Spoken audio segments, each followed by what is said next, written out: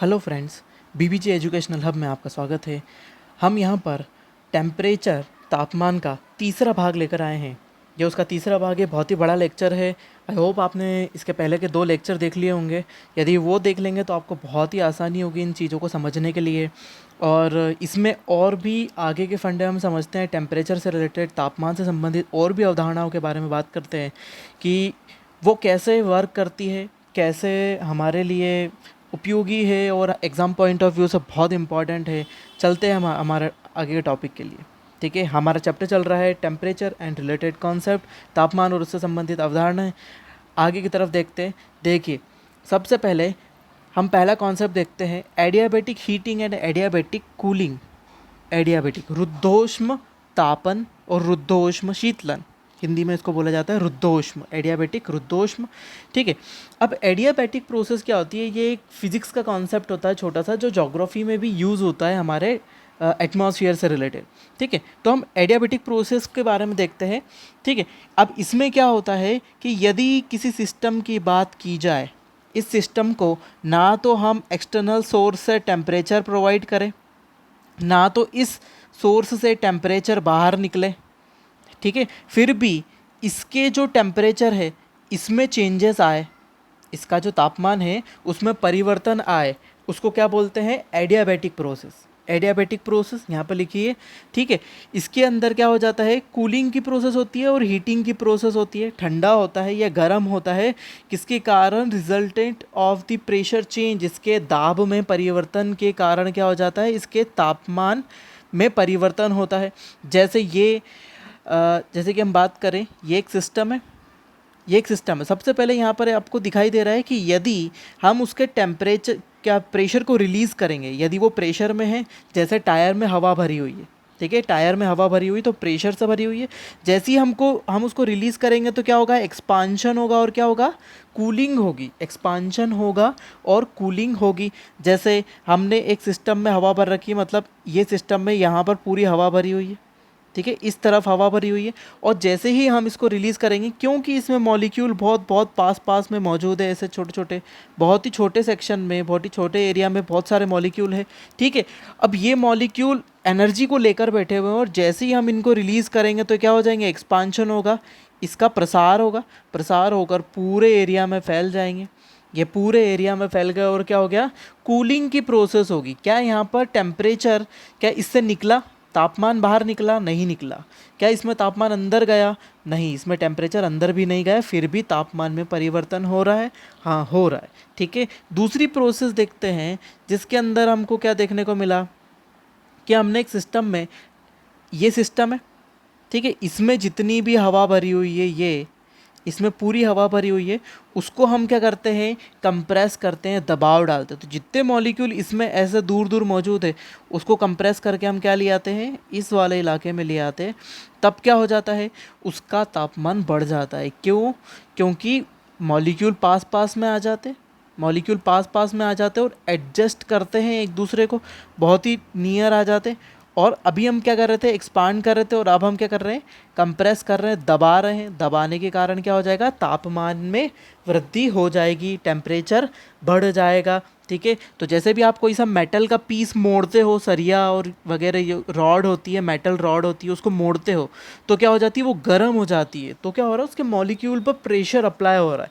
क्या करना चाह रहे हैं आप? उसको दबाव दे रहे हैं उसके ऊपर। ठीक है, तो ये क्या हो जाती है? एडियाबैटिक हीटिंग, किसी भी सिस्टम की, या फिर रुद्धोष्म तापन, है ना। और ये क्या होता है? रुद्धोष्म शीतलन। एक बात और ध्यान रखिए, जब भी एक्सपांशन होगा तब कूलिंग होगी, और जब भी क्या करेंगे? उसका कंप्रेशन होगा तब क्या होगी? हीटिंग होगी। ठीक है, जब भी उसका प्रसार होगा तो ठंडा होगा, और जब भी उसके ऊपर दबाव लगेगा तो वो क्या होगा? गर्म होगा। देखो, इस सिस्टम में भी क्या टेम्परेचर हमने उसको दिया बाहर से? नहीं, हमने उसको कोई भी तापमान नहीं दिया, फिर भी उसका तापमान बढ़ रहा है। हमारे ज्योग्राफी में इसका यूज़ कहाँ पर आएगा? जब हम देखेंगे ऑरोग्राफिक रेनफॉल या फिर पर्वतीय वर्षा। पर्वतीय वर्षा देखेंगे कि यहाँ से जब वायु ऊपर की ओर चढ़ती है, तब क्या होता है? एडियाबेटिक प्रोसेस होती है। एडियाबेटिक प्रोसेस के कारण इसका तापमान क्या हो जाता है? गिर जाता है। ऊपर जाते हुए तापमान गिरता जाता है अपने आप। ठीक है। तो ये हवा ऊपर की तरफ, तापमान गिर जाता है, टेम्परेचर कम हो जाता है, कंडेंसेशन या संघनन की प्रक्रिया शुरू हो जाती है। फिर उसके बाद ये हवाएं वापस दूसरी तरफ नीचे उतरती है। यदि दूसरी तरफ नीचे उतर रही है तो क्या हो जाएगा, वापस टेम्परेचर इसका इंक्रीज़ हो जाएगा। ठीक है, वापस हवाएं क्या हो जाएगी, गर्म हो जाएगी। ठीक है, तो ये रेन शेडो जोन बनता है। इसको बोलते हैं पवना भिमुख और इसको बोलते हैं पवना विमुख। इसको बोलते हैं विंडवर्ड जोन, इसको बोलते हैं लीवर्ड जोन। यहाँ पर यह वाला कॉन्सेप्ट काम आता है हमारे ज्योग्राफी में। ठीक है, अब अपन देखते हैं ड्राई एडियाबेटिक लैप्स रेट। जैसे हमने देखा था नॉर्मल टेम्परेचर लैप्स रेट, सामान्य ताप पतन दर, वो क्या होती है, नॉर्मली होती है, नॉर्मल रूप से होती है। यदि हम ड्राई की बात करें, मतलब ड्राई मतलब कौन सा, समर सीजन में, तो एडियाबेटिक लैप्स रेट क्या होगी टेम्परेचर की, 1000 मीटर पर 10 डिग्री सेंटीग्रेड कम होगा। यदि हम क्या करते हैं 1 किलोमीटर ऊपर जाते हैं तो यहाँ 10 डिग्री सेंटीग्रेड कम हो जाएगा, और ऊपर जाते हैं तो फिर 10 डिग्री सेंटीग्रेड कम हो जाएगा। ऐसे ड्राई एडियाबेटिक लैप्स रेट होती है, वो ड्राई वाले इलाके में होती है, सूखे इलाके में होती है। यदि हम क्या बोलते हैं moist adiabatic lapse rate, moist adiabatic lapse rate या शुष्क रुद्धोष्म ताप पतन दर, ये कैसे हो, क्या वो आर्द्र एडियाबेटिक रुद्धोष्म ताप पतन दर, तो वो क्या होती है, इसकी जगह क्या हो जाएगा 5 डिग्री सेंटीग्रेड हो जाएगा प्रति किलोमीटर के हिसाब से। ये दोनों बातें भी आपको याद रखनी है, हमारा इंपॉर्टेंट फैक्टर्स में से एक है। ठीक है, तो ये है हमारा एडियाबेटिक टेम्परेचर चेंज। ठीक है, टेम्परेचर चेंज इसलिए क्योंकि टेम्परेचर बढ़ भी रहा है और कम भी हो रहा है। ठीक है, तो वो हमारा एग्जाम्पल याद रखेंगे तो उससे जल्दी आपको याद होगा।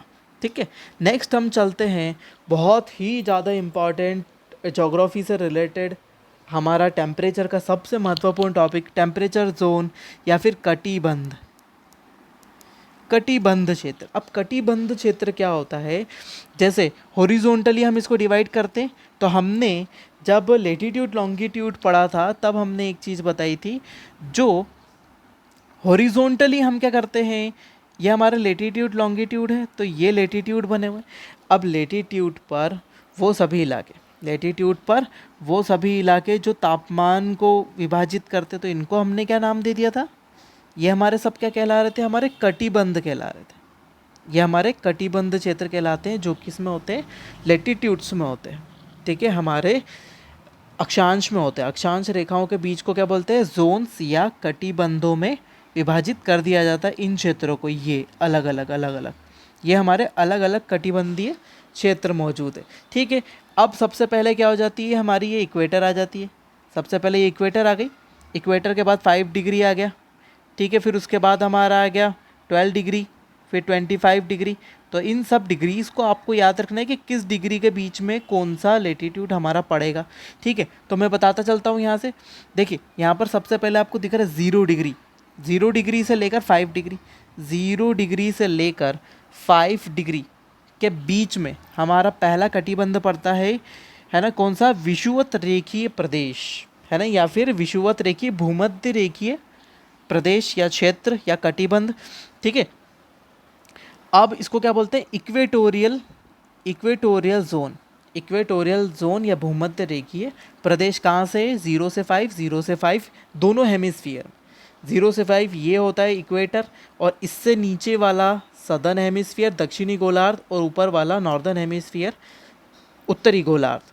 ठीक है, तो ये आपको याद रखना, उत्तरी गोलार्ध क्या, दक्षिणी गोलार्ध क्या, तो ये दोनों गोलार्धों में पाया जाता है, दोनों हेमिस्फीयर में होता है ना। ठीक है, तो जो हम ऊपर की तरफ देखेंगे वो सेम नीचे देखेंगे। तो 0 से 5 तक क्या होता है, इक्वेटोरियल जोन। ठीक है, फिर उसके बाद क्या होता है 0 से 12 डिग्री तक, 0 से 12 डिग्री तक होता है इंटरट्रॉपिकल, ठीक है, इंटरट्रॉपिकल जोन, अंतरा उष्ण कटिबंधीय क्षेत्र। कौन सा, अंतरा उष्ण कटिबंधीय क्षेत्र। फिर उसके बाद आता है ट्रॉपिकल जोन, उष्ण कटिबंधीय क्षेत्र। देखो क्यों बोला गया है इसको अंतरा उष्ण कटिबंधीय क्षेत्र, क्योंकि इधर से जाते हुए, इक्वेटर से इधर जाते हुए तापमान में वृद्धि होती जाती है। इधर से ऊपर के जाते हैं तो टेम्परेचर इंक्रीज होता रहता है। इक्वेटर पर सबसे ज़्यादा तापमान नहीं पाया जाता, ये नोट कर लीजिएगा। इक्वेटर पर अर्थ का सबसे हाईएस्ट टेम्परेचर नहीं पाया जाता इक्वेटर पर, क्योंकि उसके रीजन में आगे इन कटिबंधों को समझाता हूँ, उसमें बताते चलेंगे। ठीक है, तो इक्वेटर पर नहीं होता, और किधर की तरफ जाने पर, ऊपर की ओर जाने पर हमको क्या मिलता जाता है, टेम्परेचर इंक्रीज होता चलता है। ठीक है, तो ये एक बीच वाला क्षेत्र है जिसमें यहाँ भी टेम्परेचर होगा और यहाँ भी टेम्परेचर होगा, लेकिन ऊपर की तरफ जाते हुए तापमान में वृद्धि होती जाती है। ठीक है, तो ये उष्ण कटिबंधीय क्षेत्र कहलाता है या फिर ट्रॉपिकल जोन कहलाएगा हमारा। ठीक है, फिर उसके बाद 25 डिग्री से 45 डिग्री तक उपोष्ण कटिबंधीय सब ट्रॉपिकल जोन। सब ट्रॉपिकल जोन मतलब तापमान थोड़ा सा और कम होगा, पहले ऊपर जाते हुए टेम्परेचर बढ़ रहा था, फिर तापमान कम होगा। अब इसके पीछे कारण क्या है, क्यों ऐसा हो रहा है? ठीक है, तो आपको इक्वेटर तो ये दिख ही रही है, फिर उसके बाद यहाँ से 23.5 आएगा, ये 25 के पहले 23.5, इधर भी 25 के पहले 23.5। अब 23.5 क्या है, ये ट्रॉपिक ऑफ कैंसर और ये कैप्रिकॉन। अब कैंसर और कैप्रिकॉन का फंडा आपको पता ही है, कैंसर और कैप्रिकॉन के बीच में क्या होता है, सन का माइग्रेशन होता है ऊपर से नीचे तक, और इससे ऊपर सन कभी नहीं जाता और इससे नीचे सन कभी नहीं आता। तो क्या हो जाएगा, टेम्परेचर वाला जोन कौन सा हो गया, यही वाला हो गया। यही वाला जोन क्या होगा, टेम्परेचर वाला होगा। इसके बाद टेम्परेचर क्या होगा, लगातार कम होता जाएगा, टेम्परेचर डिक्रीज होता चलेगा इस वाले जोन में, ये याद रखें, बहुत ही इंपॉर्टेंट एरिया है। ठीक है, तो उपोष्ण कटिबंधीय जोन ट्रॉपिकल रीजन, और उष्ण कटिबंधीय जोन ट्रॉपिकल, उसके ऊपर आता है उपोष्ण कटिबंधीय सब ट्रॉपिकल रीजन। ठीक है, उसके बाद और टेम्परेचर कम हो जाता है, ब्लू कलर में शो कर रखा है क्योंकि ये ठंडा इलाका आ जाता है। 45 से 66.5, याद रखें 45 डिग्री से 66.5 शीतोष्ण कटिबंधीय क्षेत्र टेम्परेट जोन आता है। कौन सा, टेम्परेट जोन आ जाता है। और उसके ऊपर 66.5 से टूंड्रा जोन आता है, टूंड्रा जोन आता है, टूंड्रा। ठीक है, और लास्ट होता है पोलर रीजन, ये इलाके में हमारा पोलर रीजन आता है, दोनों तरफ ध्रुवीय प्रदेश। ठीक है, तो ये आपको याद रखना है। सबसे पहले इक्वेटोरियल जोन, भूमध्य रेखीय क्षेत्र, अंतरा उष्ण कटिबंधीय क्षेत्र, इंटर ट्रॉपिकल जोन, फिर उसके बाद उष्ण कटिबंधीय क्षेत्र ट्रॉपिकल जोन, फिर उसके बाद उपोष्ण कटिबंधीय क्षेत्र सब ट्रॉपिकल जोन, फिर टेम्परेट जोन शीतोष्ण कटिबंधीय क्षेत्र, फिर टूंड्रा एंड देन पोलर ध्रुवीय क्षेत्र। अब इनके बारे में हम एक एक करके डिटेल जानते हैं कि इनके बारे में और क्या क्या होता है। सबसे पहला आता है हमारा भूमध्य रेखीय क्षेत्र। भूमध्य रेखीय क्षेत्र इक्वेटोरियल जोन, लीनियर जोन। ठीक है, ये किसके किसके बीच में है, 5 डिग्री से 5 डिग्री के बीच में, नॉर्थ एंड साउथ के बीच में पाया जाता है। अब यहाँ पर तापमान हमेशा ज़्यादा होता है, क्यों, क्योंकि यहाँ पर सन डायरेक्टली ओवरहेड होता है। ये इक्वेटर, ये वाला हमारा 3 लाइन्स हो गई, ये इक्वेटोरियल जोन हो गया, इसमें सूरज सीधा ही चमकता हमेशा, इस इलाके में सूरज इधर चमकता है। और बाकी जैसे जैसे हम पोल्स की तरफ जाएंगे तो सूरज की रोशनी कैसी होती जाएगी, तिरछी होती जाएगी, यहाँ पर फैलाव हो जाता है, और यहाँ पर सूरज सीधा चमक रहा है, इसलिए ये तापमान वाला रीजन होता है। प्लस भूमध्य रेखा पर बहुत सारा ओशियन भी है, ओशियन के कारण क्या होता है, इवॉपरेशन होता है, वाष्पन होता है। वाष्पन की प्रक्रिया के कारण यहाँ पर तापमान सबसे ज़्यादा नहीं पाया जाता, ध्यान रखिएगा। ठीक है, लोएस्ट एन्यूअल टेम्परेचर, ठीक है, निम्नतम वार्षिक तापमान पाया जाता है। ठीक है, निम्नतम वार्षिक तापमान, यानी वार्षिक तापमान, ये क्यों क्या बात कही गई है ना, क्योंकि यहाँ पर इवोपरेशन होता है। ठीक है, अब एनुअल वार्षिक तापमान देखो, highest temperature is not on found on equator. ठीक है, इक्वेटर पर सबसे ज़्यादा तापमान नहीं पाया जाता। ठीक है, अब सबसे ज़्यादा तापमान कहाँ पाया जाएगा, वो पाया जाएगा 20 डिग्री नॉर्थ में ओनली, 20 डिग्री नॉर्थ। ठीक है, सिर्फ 20 डिग्री नॉर्थ में सबसे ज़्यादा तापमान पाया जाएगा। जब अपन उस वाले लेटीट्यूड पर आएंगे वहाँ पर उसकी बात करेंगे। तो यहाँ पर सन डायरेक्टली ओवरहेड है। ठीक है, वार्षिक तापांतर उतना ज़्यादा नहीं होता है। ठीक है ना, हमेशा उच्च तापमान पाया जाता है। ठीक है, एनुअल टेम्परेचर देखो, लोएस्ट एनुअल टेम्परेचर की बात करें तो यदि मैं बोलता हूँ डे का टेम्परेचर क्या हो रहा है, यदि मैं बोलता हूँ सपोज सिंपल सी बात करें, डे के टेम्परेचर की बात करें तो हमने बोला डे का टेम्परेचर 35 डिग्री सेंटीग्रेड हो रहा है। ठीक है, यहाँ पर 12 घंटे दिन और 12 घंटे का रात होता है, 12 घंटे का दिन 12 घंटे का रात, दिन और रात बराबर होंगे इक्वेटर पर। तो यदि दिन का टेम्परेचर इतना ज़्यादा है तो नाइट का टेम्परेचर बहुत कम नहीं होगा, नाइट का टेम्परेचर लगभग यहाँ पर 30 डिग्री सेंटीग्रेड के आसपास होगा। तो इन दोनों में डिफरेंस क्या हुआ, बहुत ही कम है, सिर्फ मात्र 5 डिग्री का डिफरेंस है, और ये डिफरेंस बहुत ही कम है ना, ये कम डिफरेंस है। इसलिए एनुअल टेम्परेचर, वार्षिक तापांतर क्या होता है, यहाँ पर कम होता है, क्योंकि यहाँ पर इवॉपरेशन होता है, यहाँ वाष्पन होता है, इस कारण से वार्षिक तापांतर यहाँ पर कम पाया जाता है, एनुअल टेम्परेचर क्या होता है यहाँ पर कम होता है। लोएस्ट एनुअल टेम्परेचर का मीनिंग ये होता है दिन और रात के तापमान में अंतर, ठीक है। यहाँ पर इसीलिए क्या होता है 20 डिग्री नॉर्थ को क्या बोला जाता है थर्मो इक्वेटर। थर्मो इक्वेटर हमारी क्या कहलाती है 20 डिग्री नॉर्थ को बोला जाता है तापीय भूमध्य रेखा, ठीक है। अब इसी जोन से ये हमारा अर्थ, अब इसके ऊपर जब सूर्य माइग्रेट करेगा नॉर्थ की तरफ तो उसको क्या बोलेंगे नॉर्दर्न माइग्रेशन, उत्तरायण, और इसके नीचे जाएगा तो उसको क्या बोलेंगे सदर्न माइग्रेशन या दक्षिणायन, ठीक है। अब टेम्परेचर यहाँ पर ज़्यादा नहीं होता है, ठीक है, यहाँ पर टेम्परेचर ज़्यादा नहीं होगा, इवॉपरेशन ज़्यादा है क्योंकि यहाँ पर इवॉपरेशन बहुत ज़्यादा है। यदि इवॉपरेशन बहुत ज़्यादा है तो क्या होगा यहाँ पर 2 से 4 बजे के बीच में बारिश होती है, रोज़ 2 से 4 बजे के बीच में बारिश होती है। ऐसा नहीं है कि एक ही जगह पर हो रही है। जैसे हम यहाँ बात करें कि कभी बारिश अटलांटिक ओशन में हो सकती है, कभी यहाँ पर बारिश हो सकती है अफ्रीका के आसपास वाले इलाके में, फिर इंडियन ओशन में इंडोनेशिया के आसपास हो सकती है, और कभी कभी पैसिफिक ओशन में हो सकती है। यहाँ पर कभी भी बारिश हो सकती है, मतलब इक्वेटोरियल जोन जितना लंबा बिछा हुआ है उस वाले जोन में कहीं ना कहीं बारिश हो रही होगी। आज भी वहाँ पर 2 से 4 बजे के बीच में कहीं ना कहीं बारिश हो रही होगी। और यहाँ पर कौन से वाले फॉरेस्ट मिलते हैं एवरग्रीन फॉरेस्ट मिलते हैं। यहाँ पर सदाबहार वनस्पतियाँ पाई जाती है, बहुत हरा भरा रहता है, कैनोपी बहुत बड़ा रहता है, ऐसे फैले हुए रहते हैं, एक दूसरे में घुसे हुए रहते हैं, और उससे नीचे की तरफ सूर्य की रोशनी पहुंच ही नहीं पाती है ना। यहाँ पर दलदल वाला इलाका रहता है, ठीक है। तो ये बात ध्यान रखिएगा, इक्वेटोरियल जोन बहुत इंपॉर्टेंट जोन है हमारा, उससे रिलेटेड सभी फैक्ट इसके अंदर मौजूद है यहाँ पर, ठीक है। नेक्स्ट स्लाइड पर चलते हैं हम। नेक्स्ट देखते हैं हमारा जोन इंटर ट्रॉपिकल जोन है ना। अंतर उष्ण कटिबंधीय क्षेत्र 5 डिग्री से 12 डिग्री के बीच में होता है दोनों हेमिस्फीयर में, ठीक है। यहाँ पर जैसे हम इक्वेटर पर टेम्परेचर ज़्यादा है, इक्वेटर पर हमारा टेम्परेचर ज़्यादा है, इसलिए हम क्या कर सकते हैं वहाँ पर विंटर और समर सीज़न में हम दोनों डिफरेंस नहीं देख पाते कि वहाँ पर विंटर सीज़न एकदम क्लियर हमको पता नहीं चलता विंटर सीज़न आया, फिर उसके बाद क्योंकि गर्मी ज़्यादा है फिर ठंडी का मौसम कब आया हमको पता नहीं चलता। लेकिन ये वाले जोन में हमको क्लियर है ना क्लियरली पता चलता है विंटर और समर सीज़न इस वाले जोन में, क्योंकि ये बीच वाला जोन है। ना तो ये यहाँ पर बहुत ज़्यादा तापमान हो रहा है, ना तो यहाँ पर बहुत कम तापमान हो रहा है। यहाँ पर हमको डिफरेंस अच्छे से पता चलता है विंटर और समर सीज़न में। और भारत वाला इलाका जो है, भारत का इलाका जो है वो आसपास ही रहता है इसके, भारत का साउथ वाला इलाका इसी के अंतर्गत मौजूद होगा आपका, क्योंकि 23.5 भारत के बीच में से जा रही है।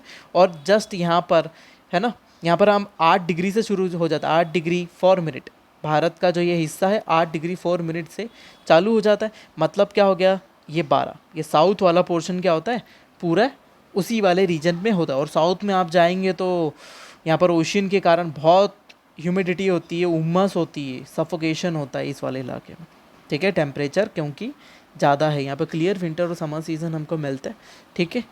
आगे बढ़ते हैं हम इसी के अगले भाग की तरफ। अब है ट्रॉपिकल रीजन उष्ण कटिबंधीय क्षेत्र।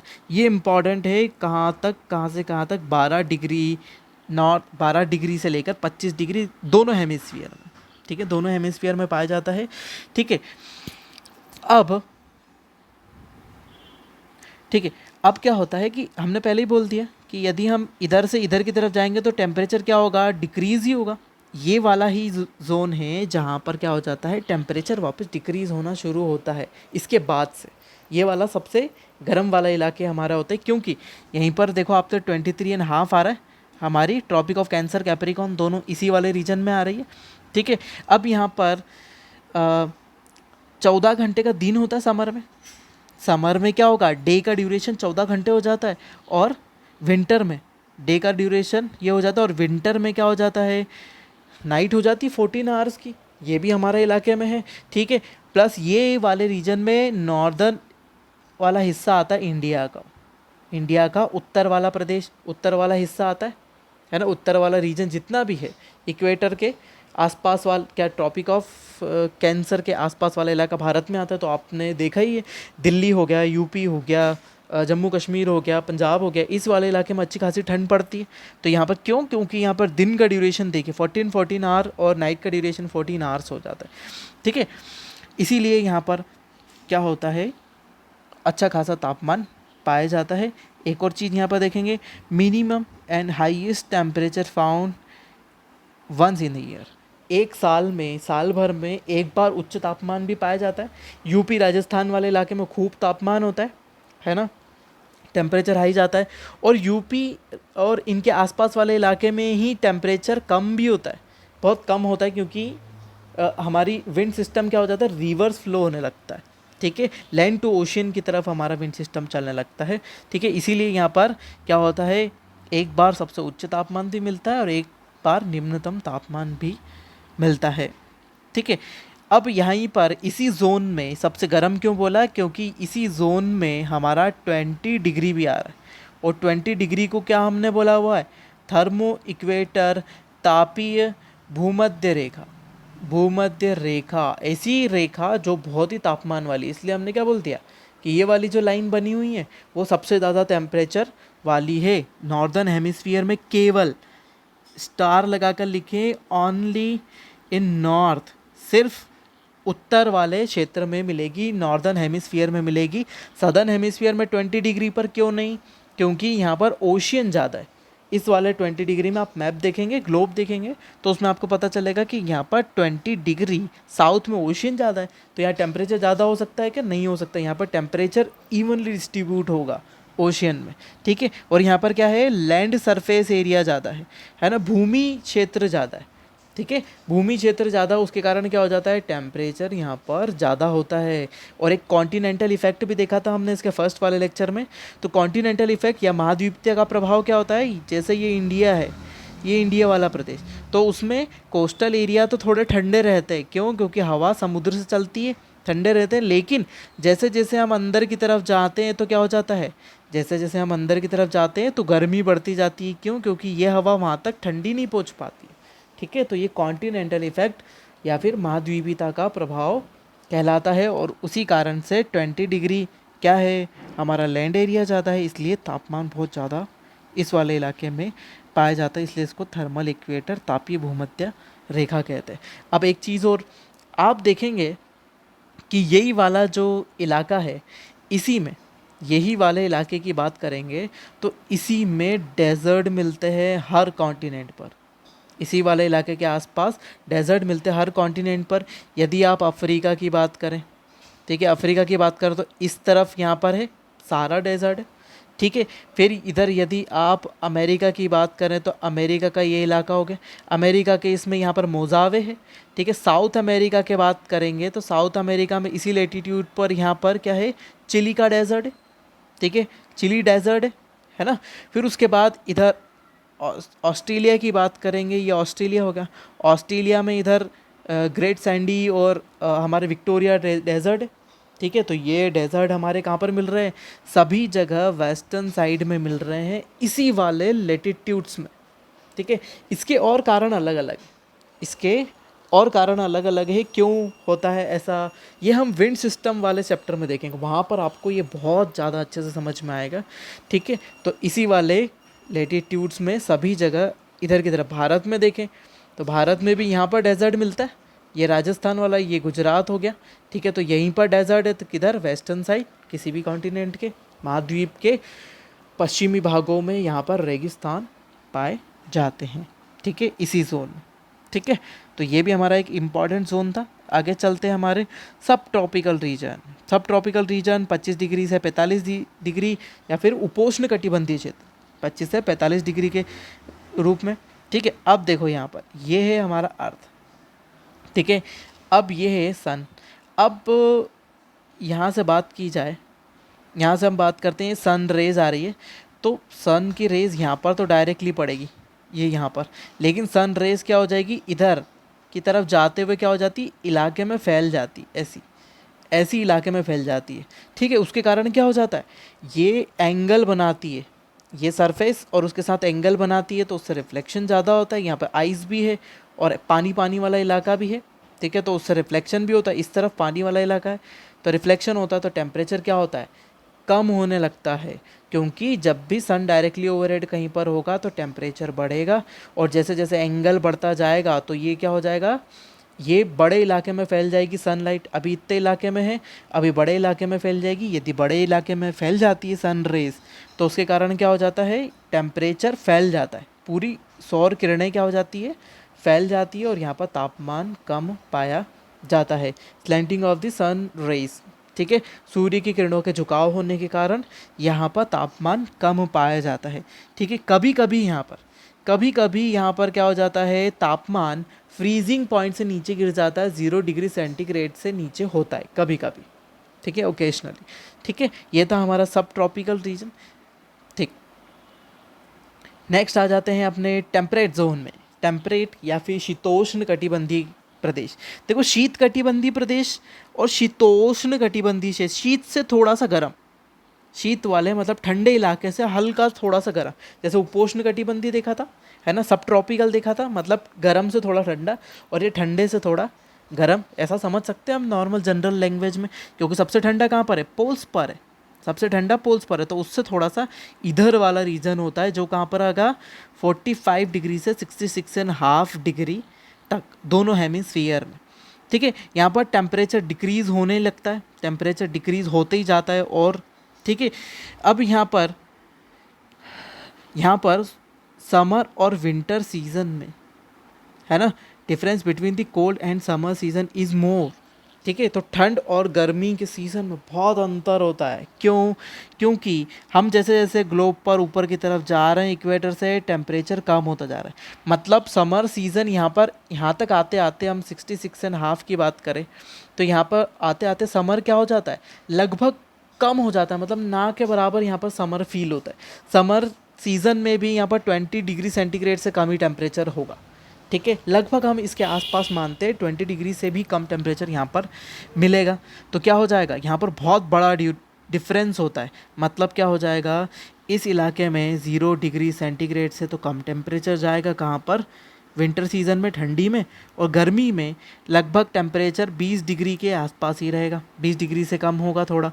ठीक है, तो इन दोनों में क्या है, डिफरेंस क्या हो गया, बहुत बहुत लंबा डिफरेंस हो गया। ठीक है, तो इसमें बहुत लंबा डिफरेंस भी होता है। प्लस यहाँ पर एक चीज़ और देखी जाए, सन रेज क्या हो रही है, और ज़्यादा तिरछी होती जा रही। जैसे जैसे हम यहाँ पहुँच रहे हैं, तो सन रेज क्या हो गई, और तिरछी हो गई इक्वेटर के कंपैरिजन में, तो टेम्परेचर क्या हो जाएगा, और कम हो जाएगा। ठीक है, टेम्परेचर यहाँ पर फ्रीजिंग पॉइंट तक पहुँच जाता है, और उससे भी नीचे चला जाता है समर में। लेकिन क्या, विंटर में और समर में वापस टेम्परेचर क्या हो जाएगा, थोड़ा सा बढ़ जाएगा, और आइस मेल्ट हो जाएगी इस वाले इलाके में। ठीक है, नेक्स्ट आगे चलते हैं। टूंड्रा रीजन भी बहुत कम देखने को मिलता है। यहाँ पर मैं आपको बता देता हूँ। ठीक है, 66.5 से 80 के बीच में ये पोलर रीजन आ गया, है ना, और सब टेम्परेट रीजन, ये पोलर हो गया और ये टेम्परेट रीजन हो गया। इसके बीच का एक इलाका होता है, ये इलाका है। ठीक है, इस इलाके को हम क्या बोलते हैं, टूंड्रा रीजन बोलते हैं। और ये टूंड्रा रीजन ऐसा रीजन होता है जहाँ पर हमको लास्ट वेजिटेशन मिलता है। मतलब यहाँ पर मॉसेस मिलेंगे हमको, फंगी, काई मिलेगी, काई जम जाती है ना, मॉस मिलेगा, काई मिलेगी, बस ये छोटे छोटे पौधे, मतलब बहुत बारीक बारीक बारीक, जो पत्थर के ऊपर हरा हरा जम जाता है। ठीक है, और एल्गी मिलेगी थोड़ी सी। तो ये हमको यहाँ पर अंतिम रूप से मिलते हैं। इसके बाद पोल्स पर जाने पर यहाँ पर वेजिटेशन पूर्ण रूप से समाप्त हो जाता है, टोटल ख़त्म हो जाता है वेजिटेशन, है ना, वनस्पति यहाँ पर नहीं मिलती है। ठीक है, अब क्या हो जाता है, एक चीज़ और देखें, ये अर्थ है हमारा। ठीक है, और सन रेज जो आ रही, मतलब सन रेज यहाँ तक आते आते क्या हो जाती, सरफेस के एकदम पैरेलल ही हो जाती, सरफेस के पैरेलल ही हमको ऐसी दिखने लगती है। ठीक है, यदि सरफेस के पैरेलल आ जाएगी तो टेम्परेचर क्या हो जाएगा, और कम हो जाएगा। इक्वेटर पर तो सीधी थी, लेकिन सरफेस के पैरेलल ही हो जाती है, तो हमको जैसे सुबह सुबह हमको कम सूरज की रोशनी लगती, मतलब इतने ज़्यादा गर्मी नहीं लगती सुबह सुबह, शाम को भी हमको इतनी ज़्यादा गर्मी नहीं लगती, मतलब उसका टेम्परेचर, सन रेज का टेम्परेचर क्या होता है, कम फील होता है हमको। ठीक है, सुबह और शाम के समय वैसे ही माहौल क्या हो जाता है, यहाँ पर रहता है कब, साल भर इस वाले इलाके में होता है, और सूरज की थोड़ी बहुत रोशनी आती है, उसके कारण ही ये मॉसेस और एल्गी यहाँ पर उग सकती है थोड़ी सी। ठीक है। टेम्परेचर बहुत कम हो जाता है, वेजिटेशन फाउंड होती है, आखिरी टेम्परेचर बहुत ही कम हो जाता है, सनलाइट्स पैरेलल हो जाती है, 66.5 से लेकर 80 डिग्री तक हो जाता है। ठीक है, आगे चलते हैं और हमारा आखिरी रीजन की तरफ चलते हैं, जो है हमारा पोलर रीजन।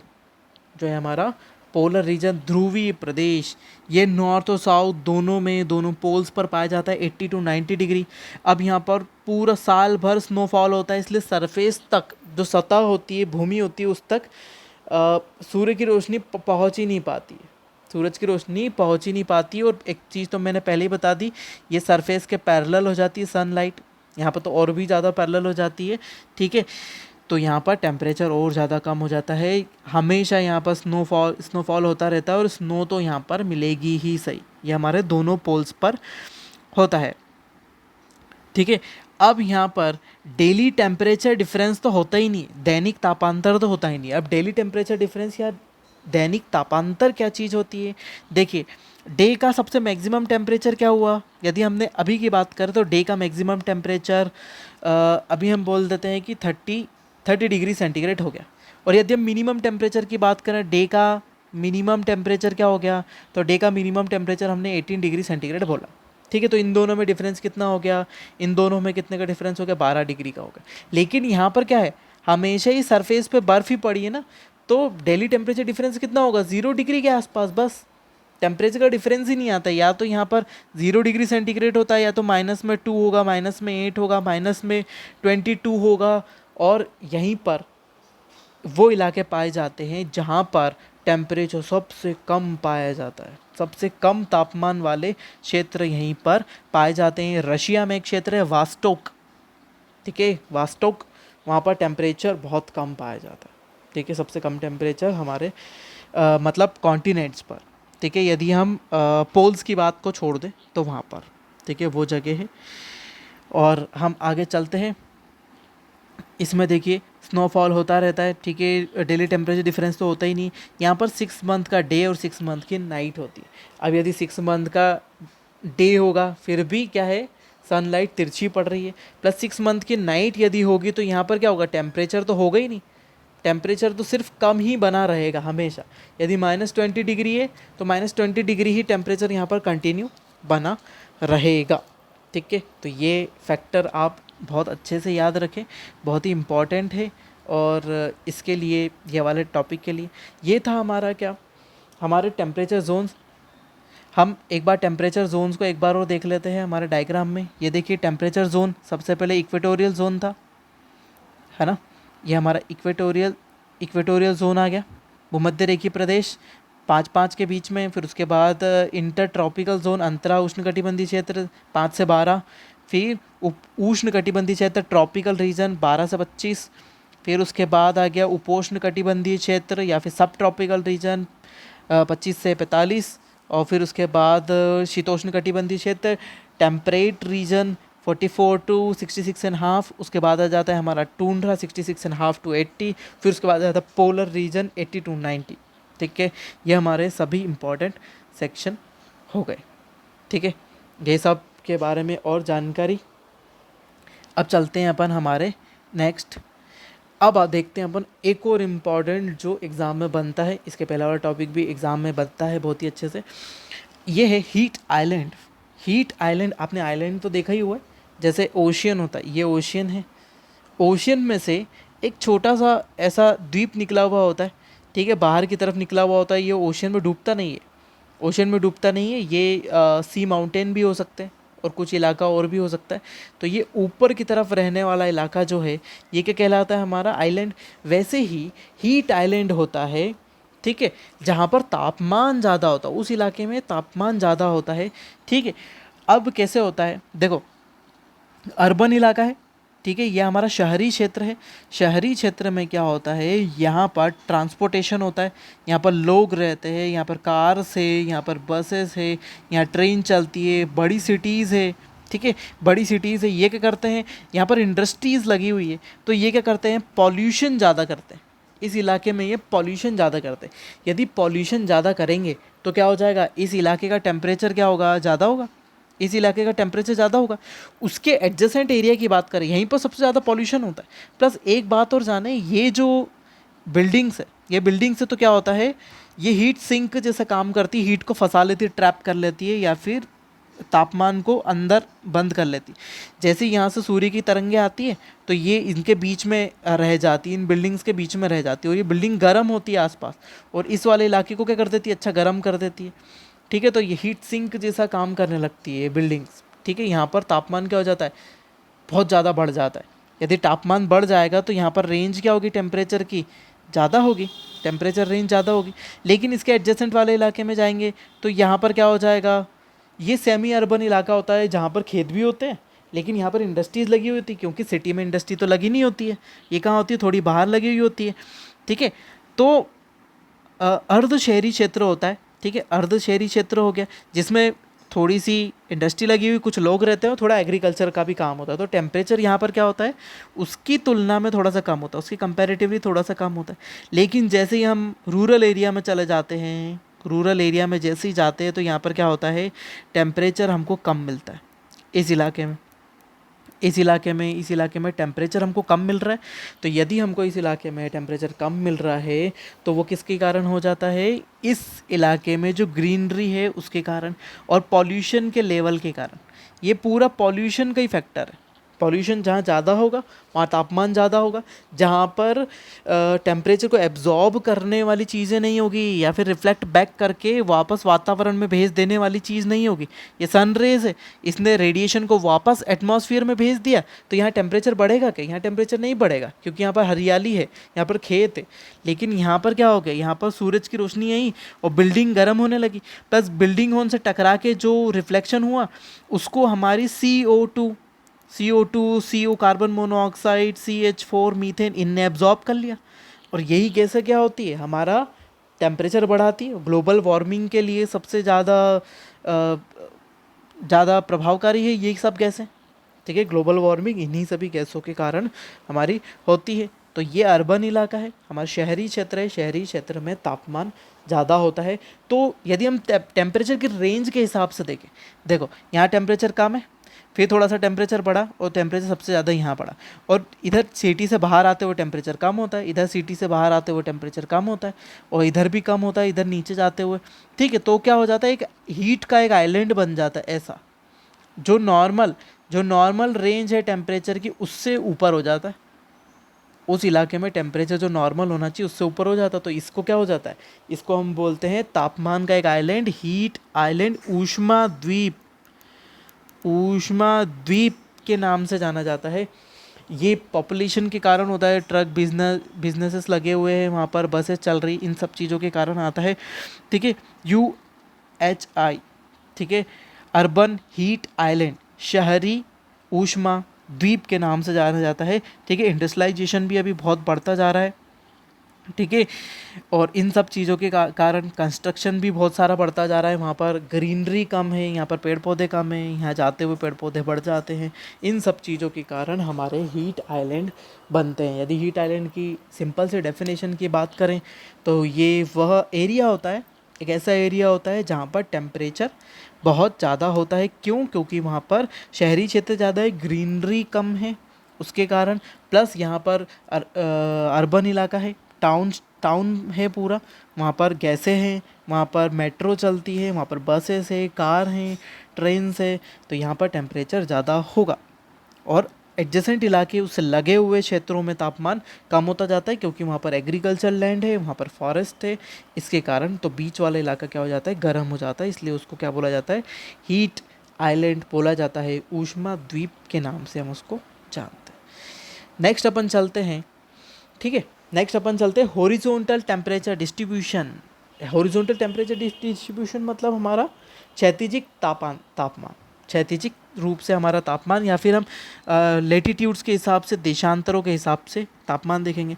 अब देखिए यहाँ पर एक चीज़ देखने लायक है, जहाँ जहाँ कॉन्टिनेंट है वहाँ वहाँ का टेम्परेचर क्या हो रहा है, एक जैसा सिमिलर जैसा बना हुआ। देखो यहाँ 30 डिग्री, ये 30 डिग्री, ये 30 डिग्री आ गया।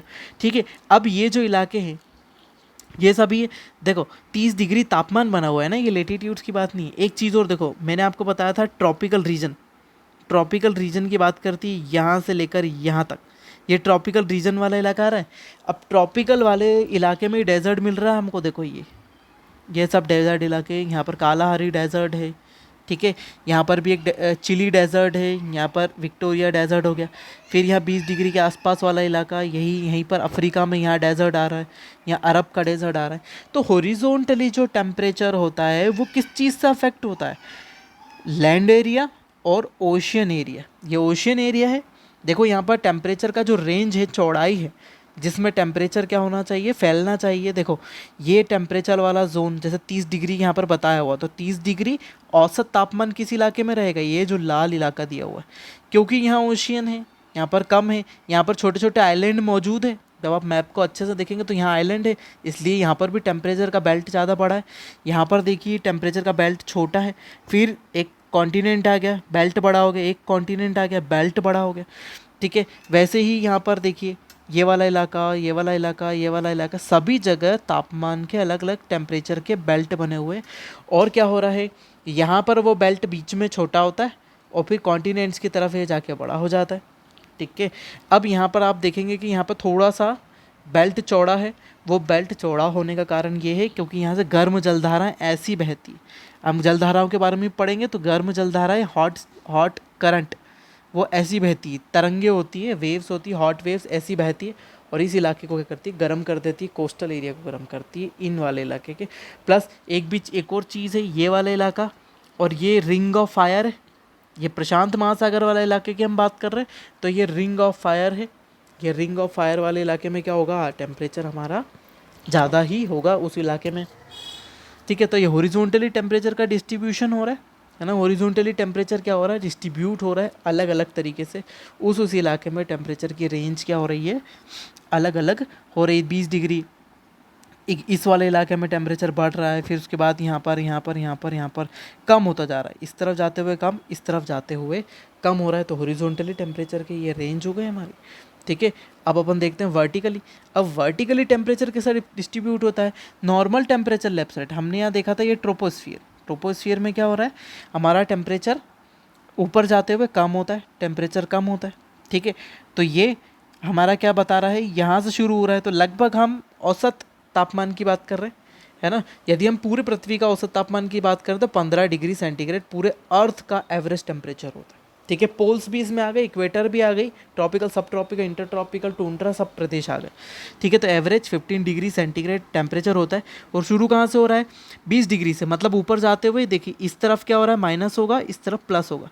इधर की तरफ जैसे ही हम जाते हैं तो टेम्परेचर क्या होता है, माइनस में चले जाता है। और ये जाते जाते ट्रोपोस्फियर पर सबसे टॉप पर -80 टू -90 डिग्री तक टेम्परेचर चले जाता है, ट्रोपोस्फियर की हाइट तक, ठीक है।